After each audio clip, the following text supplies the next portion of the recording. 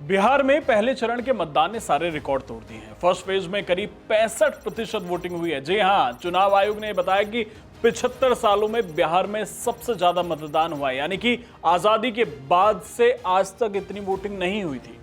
इस आंकड़े के जारी होने के बाद हर पार्टी इसे अपने पक्ष में बता रही है।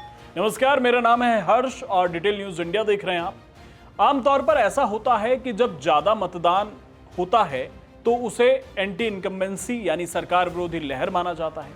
लेकिन क्या नीतीश कुमार के मामले में भी ऐसा होता है? इसे समझने की कोशिश करते हैं।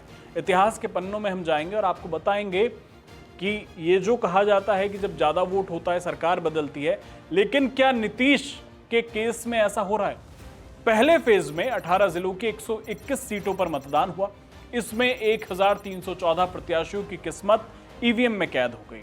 इसकी बड़ी वजह एसआईआर माना जा रहा है। एसआईआर में 65 लाख वोट कटे और नए वोटर भी जुड़े, जिसका मतलब वोटर लिस्ट में प्योरिटी आ गई। जो फर्जी या अयोग्य थे इस लिस्ट से बाहर हो गए। पहले चरण में जबरदस्त वोटिंग हुई, जो 2020 के मुकाबले 8% ज्यादा रहा है। जी हां, बिहार में पहले चुनाव से लेकर अब तक जब भी 5% से ज्यादा वोट का इजाफा हुआ है तब सरकार बदली है। लेकिन बिहार को लेकर एक फैक्ट यह भी है कि बीते 20 सालों में जब जब वोट प्रतिशत बढ़ा वो नीतीश कुमार के फेवर में गया है। एनडीए का दावा है कि बड़ी संख्या में वोटरों ने नीतीश कुमार को सत्ता में बनाए रखने के लिए मतदान किया है। एक्सपर्ट्स और मीडिया रिपोर्ट्स की अगर माने कि जो 10-10 हजार वाली योजना का असर है वो बहुत ज्यादा हुआ है महिलाओं पर। उधर महागठबंधन का दावा यह है कि लोगों ने सरकार बदलने के लिए बड़ी संख्या में वोट किया है। 20 साल की नीतीश सरकार से नाराजगी भी बताई जा रही है। वहीं नई पार्टी लेकर आए प्रशांत किशोर की जनसुराज के समर्थकों का यह मानना है कि बिहार में जो एक्स्ट्रा वोटिंग हुई है वो पीके के पक्ष में जाएगी। प्रशांत किशोर ने प्रेस कॉन्फ्रेंस कर यह भी कहा है कि जो इस चुनाव का एक्स फैक्टर है वो प्रवासी मजदूर हैं, जो छठ पर आए और छठ के बाद वो बिहार में रुके वोट के लिए। उन्होंने अपने परिवार वालों को वोट कराया और उन्होंने नए विकल्प यानी कि जनसुराज को वोट किया है।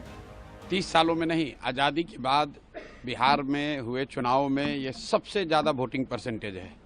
ये दो बातों को दिखाता है। पहला कि जो बात हम लोग पिछले कई महीनों से, बल्कि मैं 1-2 साल से कह रहा हूँ कि बिहार में 60% से ज़्यादा जनता बदलाव चाहती है और पिछले 25-30 साल से जो राजनीतिक विकल्प के अभाव में एक तरह से धीरे धीरे राजनीति को लेकर, चुनाव को लेकर उदासीनता बन गई थी, विकल्प नहीं था लोगों के पास।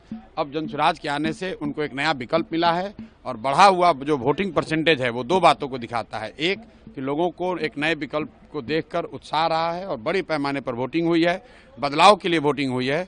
और दूसरी बात, जो बड़े प्रवासी मजदूर हैं जो बहुत बड़ी संख्या में छठ के बाद रुके हुए हैं, उन्होंने अपना और अपने परिजनों का, अपने मित्रों का जो वोट कराया है उसने सबको सरप्राइज किया है। और जितने लोग ये बैठे हुए थे कि महिलाओं को 10,000 पैसा मिल गया और उसी से हम लोग जीत जाएंगे, इन चुनाव में महिलाएं तो हैं ही, लेकिन महिलाओं से बढ़कर प्रवासी मजदूर एक्स फैक्टर है। इस चुनाव का एक्स फैक्टर प्रवासी मजदूर हैं। वो क्या कर रहे हैं, वो अपने दोस्तों, मित्रों, परिवार वालों से कैसे वोट करा रहे हैं, इसी से बिहार का चुनाव तय होगा। क्योंकि बिहारी दोनों ओर से नाराज थे और तीसरा विकल्प चाहते थे, ये कहना है प्रशांत किशोर के समर्थकों का।